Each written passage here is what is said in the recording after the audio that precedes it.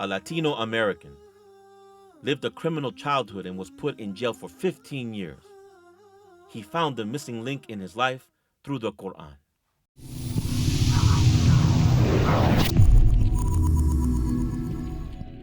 أن تخرج من ضيق الظلماء إلى النور، أن تولد ثانية والماضي مغفور، لحظة أن تشعر بالله في قلبك يقذف بهدى، هذا ما لا يدركه وصف وشعور. يا الله إني ناديتك وسعيت، إني استهديتك فهديت، بالقرآن أنرت طريقي. يا الله يا الله. Assalamu alaikum. My name is الحسيب Lopez. I'm originally born and raised in Chicago, Illinois. I'm 38 years old. I'm married. I have 3 kids, 2 girls and a boy, alhamdulillah. My older brother, who's 8 years older than myself, through time in my life, he became like my idol. دخلت السجن وعمرك 15 سنة، وهذا السن سن صغير على دخول السجن. إيش اللي عملته عشان تدخل السجن وأنت في هذا العمر؟ As a kid, being the follower of my brother, who was just a very bad person, and in his early 20s and moving forward, he became like a #1 drug trafficker in America. Something had happened towards my brother in reference to his business, and his business was in the drug industry, the illegal drugs. And so I took advantage of that, an opportunity to prove to him that I can take care of business for him. So I planned for about 2-3 months, and I committed a crime. And the crime was like I tried to murder somebody. From that, I ended up getting into trouble because I ended up getting arrested. But the person didn't die, so that's a good thing for me. The victim of the crime got stabbed 23 times and shot 1 time, and the person still survived. I ended up going to jail for an attempted murder, for an armed robbery, and a home invasion. My sentencing, it was a deal. I made a deal with the state of Illinois and said, look, so we agreed to 25 years.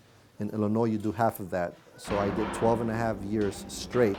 Throughout my whole youth, and I was in the youth for about 2 years, 2 different places, almost the whole 2 years, many fights. So I became very hard. My heart became very hard, very cold, and I was 15 age, but I had to grow up, really quick. From the juvenile to the adult facility, I got transferred as soon as I turned 18. The first place I went to was Joliet, the big prison. It looks like an old castle. So imagine an 18-year-old going to this place. It looks dead, right? It's an ugly place with fences everywhere. While in prison, the journey of my life in reference to finding myself spiritually began. That was something that, because I knew it, and that's something that I had growing up, that's the first thing I linked to. So the first book that I would read was the Bible. سبحان الله، شيء عجيب شيخ عبد الحسيب. يعني أنت كنت في السجن في هذه البيئة الصعبة بين تجار مخدرات، المجرمين، العصابات. هنا وجدت الإسلام ووجدت الهداية. كيف؟ I end up surrounding myself by people who always read. They were known as Moorish men or Moorish people, and so they followed a sect of a religion of an aspect of Islam that was called Moorish Science Temple of America. After I read the book called the Holy Quran, but not the Islamic Quran in Arabic, in this time frame, there's a friend of mine. His father is Arab and his mother is white American. When he would see it's about Allah or about Islam, he would say, that's not Islam, that's not the real thing, that's something that's, it's fake. When he told me he was a Muslim and that the book he had was a Quran, I was surprised and I was amazed. So sometime after that, I had issues with my roommate. We didn't get along. I didn't want to be with him. He didn't want to be with me. So I wrote a request to the administration and said, move me. They said the room number, and I'm thinking, who is that? I'm like, oh, that's that Muslim. I remember the first day I went into the room, very clean. He had a Quran, the towel was wrapped, and he had it on top of the TV. The toilet, there's no seat cover, but he had it covered. The night we became roommates, he starts to tell me, so I'm a Muslim, I pray 5 times a day, I do ablution, wudu, and sometimes I get water everywhere, but I clean up and stuff, and so in the mornings I pray, and so if you're sleeping, I'm letting you know now, right? So I'm like, okay, not a problem, I pray too, I told him. I pray 3 times a day. I'm a Muslim, but I don't know what the Quran is. So he starts to tell me little by little, oh, I know what you're following, but that's not really true Islam. This is true Islam. Muslims pray 5 times a day. أنت أخبرتني شيخ عبد الحسيب أن لما أهداك صديقك في السجن القرآن الحقيقي ماذا وجدت فيه؟ SubhanAllah, there are so many chapters in the Quran with so many verses that talks about the grandeur of God. But the one verse for me that topped all other verses was the verse where God himself tells the reader that today I have perfected your religion, right? And this is the thing that I have for you. And pretty much ending that particular verse with naming that religion. And the religion for you is Islam. So for me, no other book that I have ever read, and subhanAllah, I've read many books, ever asserts what we're supposed to be and what are we supposed to be called, and whatever it is that we follow, what is it called? And that verse answers those 3 questions easily. اقرأه في قلب خشوع تلقى الصعد بين الضلوع ولسوف تنهمر الدموع وستزهر الدنيا ربيع اقرأه في قلب خشوع تلقى الصعد بين الضلوع ولسوف تنهمر الدموع ستزهر الدنيا ربيع إني ناديتك وسعيت إني استهديتك فهديت بالقرآن أنرت طريقي يا الله. شيخ عبد الحسيب، نبي نعرف اللحظة المهمة في حياتك. أين نطقت الشهادة؟ وحدثنا عن هذا اليوم. With the help of my roommates, somehow he conveyed to the imam, this brother, he wants to be Muslim. In that time, I remember reading about it, the Shahadatan, you read about it. But when I said it, even though I didn't understand it, I knew that it was something big in my life. That feeling was the best feeling, subhanAllah. So I'm coming out of prison, alhamdulillah, as a Muslim. And the one thing that I was anticipating the most was, having a Muslim sister, right? And so I would have never imagined, let alone being Muslim, to find a woman that's Muslim. There was a sister who was a Muslim who knew me, and she told me, I have somebody for you. At that time, I had literally wrote out requirements, many of them, 11 different requirements. And I told myself when I was writing this out, not one woman on this planet is going to have all 11.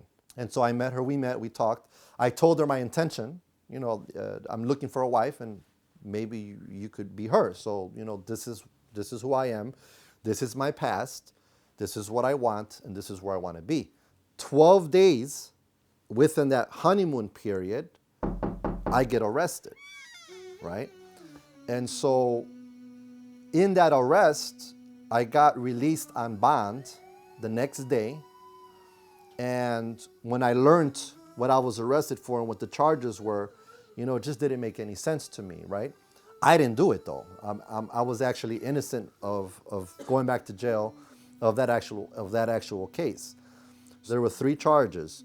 They said not guilty, then they said guilty and guilty. I don't know why and I don't know how. That day, it was very emotional. I was 5 months pregnant with my second child, and I had a 8-month-old baby too. When the jurors got together, I told his sister, let's leave the room because I don't want to see that part where they say he's guilty. So me and her left, and we were outside the courtroom. I was broken. When I'm in this place, I'm hearing that, her screaming, you know? And so I'm looking down, and it's, you know, this whole environment of prison is made to make a person psychologically feel depressed and sad. I'm in the line, and they're telling us, okay, we're gonna go to the hospital. We have to get checked. We have to get processed. There's 2 lines, and I'm on this line. There was another guy in the front. He turns around, and he looks at me and gives me a grin. And I look at him, I'm thinking, you know, I don't know him. I've never seen him before. But we go up, now he's behind me. As we're walking, he taps me on the shoulder, and he says, don't worry, Akhi. This is a test from Allah. I turn around, he doesn't look Muslim. We go into the room and we sit down, and he sits next to me. His name was Muntasar, 101 days for me to just sit there and say, you know, okay, you know. I was doing my prayer, but I was doing it because I knew that's something I had to do. My heart was not in the prayer. I'm looking at the Quran and I'm thinking, okay, you know, I want to pray, I have to pray, but I want to read Quran. And so I grabbed the Quran, and the one I had was English. They didn't allow no Arabic. And so as I'm just going through it, and I open it, you know, I'm reading it, but there was a verse in there that captured me. And the verse was basically that, you know, don't worry, you know, nothing's going to happen to you without Allah knowing about it. In other words, Allah knows everything that happens to you, and it's ordained. It's a test. هل تأثرت علاقتك مع أولادك بعد دخولك السجن في هذه الفترة؟ I remember one time my wife brought the kids. Something happened where the officer did something and I had to go to him. So as I'm standing like this with him, my older daughter, she's running around, and I'm talking to this officer, and he's being rude, and he's telling me, you can't do this, you can't do that, you're supposed to do this. And I'm like, you know, what do you expect? You know, what if you were in my shoes and this is your daughter, you know? He didn't even have time to sit with us. He went there, he was telling them, you know, at least it's only 4 hours, let me get to hold my baby, you know, be like a normal dad. But they said no. So he sent us back. He said, just don't worry about coming here if this is how they are gonna be. And you know, we left. My wife was the backbone. My wife was very strong. And she would ignore, you know, I told her, don't come with her, she'll come anyways, you know. And she'll always say, you know, sabr, you know, be patient, you know, it's a test. Not only for you, Abdul Hasib, it's a test for me. It's a test for everybody, you know. So,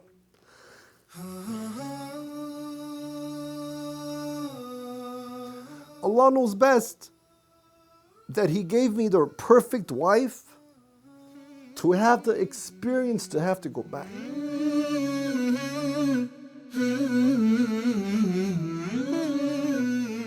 أنت مريت بابتلاءات كثيرة، وهذا الابتلاء العظيم اللي أنت مريت فيه أريد أن أعرف وكلنا نعرف ماذا تعلمت من هذا البلاء.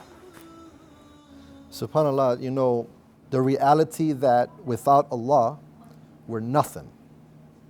At the end of the day, we're nothing, okay? So Allah gives us responsibilities. He gives us our name. He gives us our career of what we're supposed to be in our life. I didn't have that in the beginning.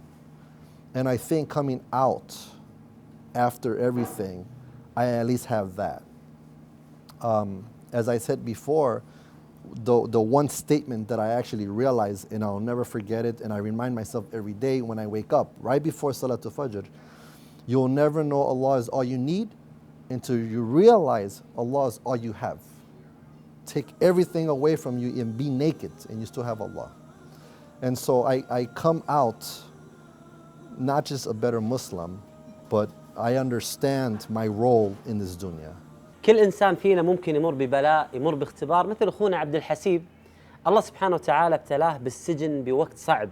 ممكن واحد فينا يبتلى بخسارة ابن، بفقد ابن، بخسارة مال، أيا كان هذا البلاء، ولكن الناجح الذكي اللي يصبر عند البلاء ويستفيد منه. الله سبحانه وتعالى يقول: ولنبلونكم بشيء من الخوف والجوع ونقص من الأموال والأنفس والثمرات وبشر الصابرين الذين إذا أصابتهم مصيبة قالوا إنا لله وإنا إليه راجعون أولئك عليهم صلوات من ربهم ورحمة وأولئك هم المهتدون. الله يجعلنا وإياكم من الصابرين. في كتاب الله قلبي صار حي، وبحياتي صار لي ظل وفاي، ويوم عادت نفسي وروحي إليه عادت أيامي وأحلامي إلي.